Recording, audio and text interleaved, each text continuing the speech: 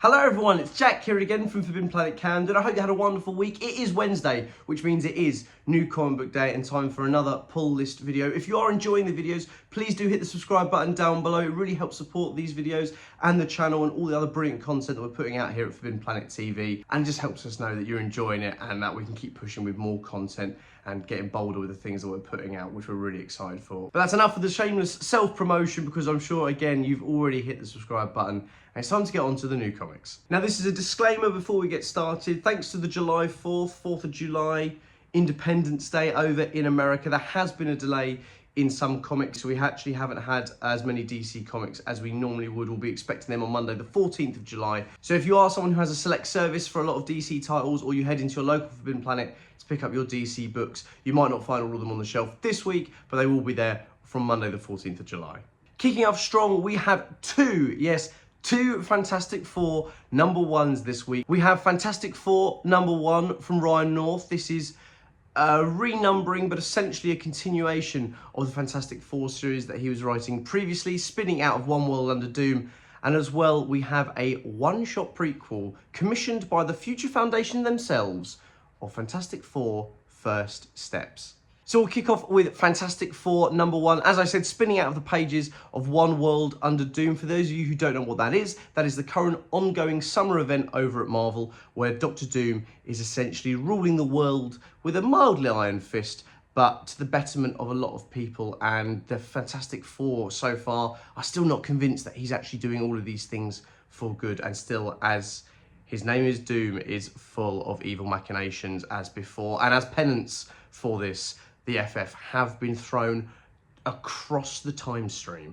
Each of the four has landed in a different era and must fend for themselves as they draw themselves back together again. This is a great jumping on point for Fantastic Four. Despite being continuation, this feels like a fresh start and a brand new arc for Marvel's first family, and it couldn't come at a better time. As we know, on the horizon is the new Fantastic Four First Steps movie. Now, this book, written by Matt Fraction and art by Mark Buckingham, is part of a meta kind of advertising strategy from Marvel. This isn't your usual sort of pitch for a comic prequel. This is actually something that in universe of the movie has been commissioned by the Future Foundation as a dramatic retelling of the origins and first mission of the Fantastic Four together. The movie, as they've said, and they state in this, is set 4 years or so into their time as heroes together, but this is a complete retelling of the beginning of the characters we will see in the movie, of this iteration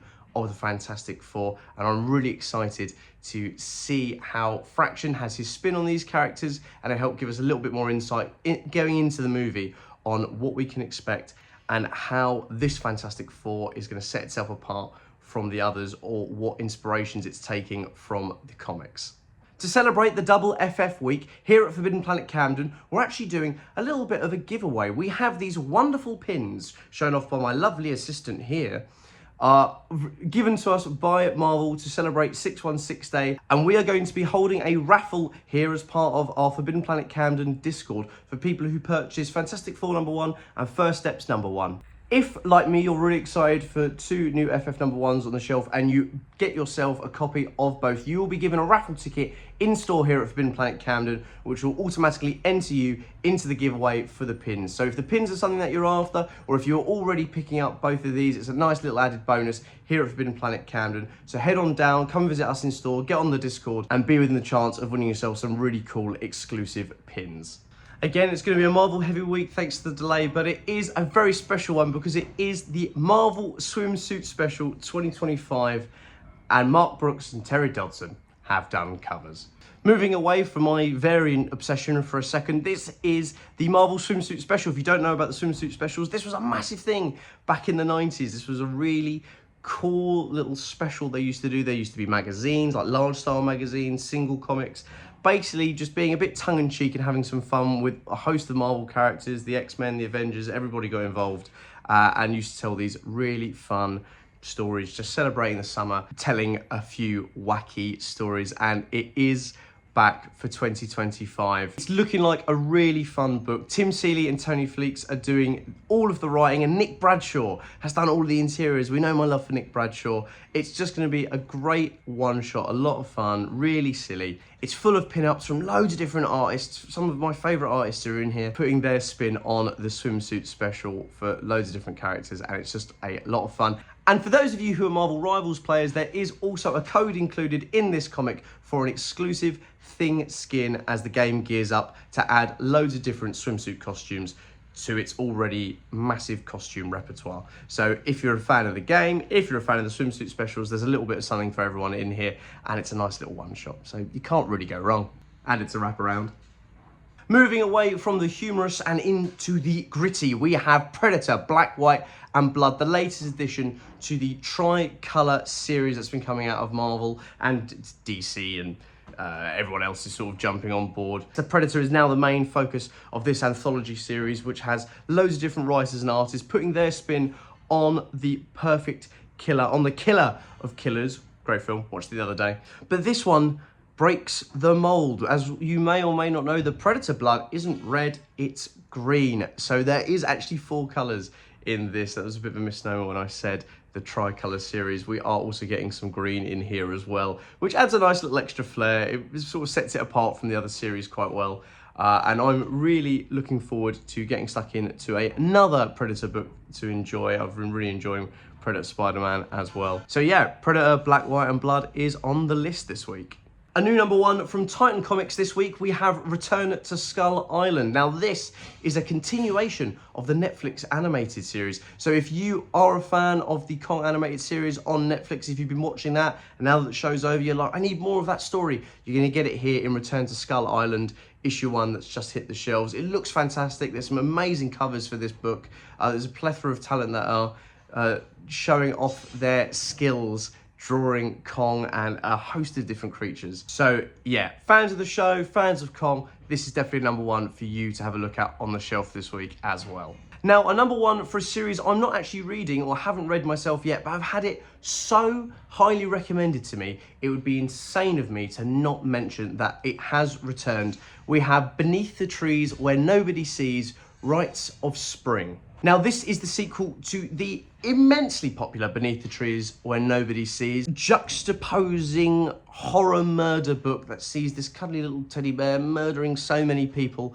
It is a lot more than that. That is a very surface level description of the book. I can't even begin to tell you the amount of people who have recommended it to me. They've said that it's going to be right up my alley. So it's definitely something that I need to pick up. And now that there's a sequel, this has sort of urged me to pick up the trade and read it just so I can catch up with this, because I have a huge fear of missing out and hate being behind the curve, and I very much am on this series, so I very well might be doing that this week as well. But if you were a fan of the original series, then this is to let you know it is back. It is on the shelves at your local Forbidden Planet, and you should definitely go and pick yourself up a copy. And last but by no means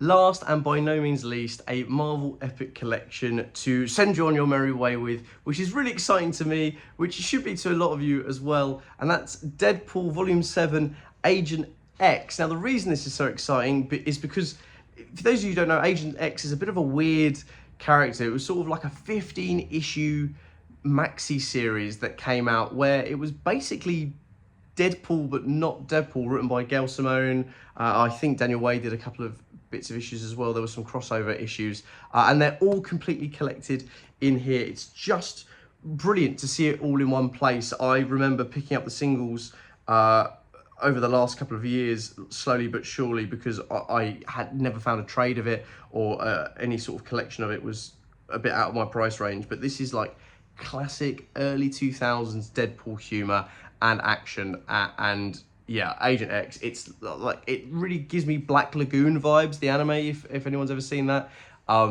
It's always how I felt about Agent X, and having it all in one place is just really cool. So that's everything this week. Obviously, sans DC. I'm sure I still managed to make this quite a long video, but I love talking about comics. I'm unashamed about that. They're my favourite thing in the world. And I'm so lucky I get to do it, not only every week, but every day when I'm here at Forbidden Planet Camden, and I'm sure a lot of other people at Forbidden Planet feel the same. I'm not sure, I know they do, because I've worked with them, and it's just brilliant that we get to share our passions with so many of you. And thank you always for coming in and asking questions and giving us things to read and listening to our advice, because it really means a lot when stuff that we love and we get to share out with you guys, you end up loving as well. That is possibly one of the best bits of the job. A semi-light week this week, but there's plenty more on the shelf that I haven't spoken about. So head to your local Forbidden Planet or check out our website, forbiddenplanet.com, and see what's available this new comic book day. Thanks again, as always, everyone, for watching. Don't forget again to hit that subscribe button if you haven't already, and I will see you next Wednesday for a load more new comics. See you then. If you're enjoying watching Forbidden Planet TV and you're enjoying watching us talk to the world's most interesting and accomplished filmmakers, authors, artists, musicians, creators, subscribe right here. See you soon.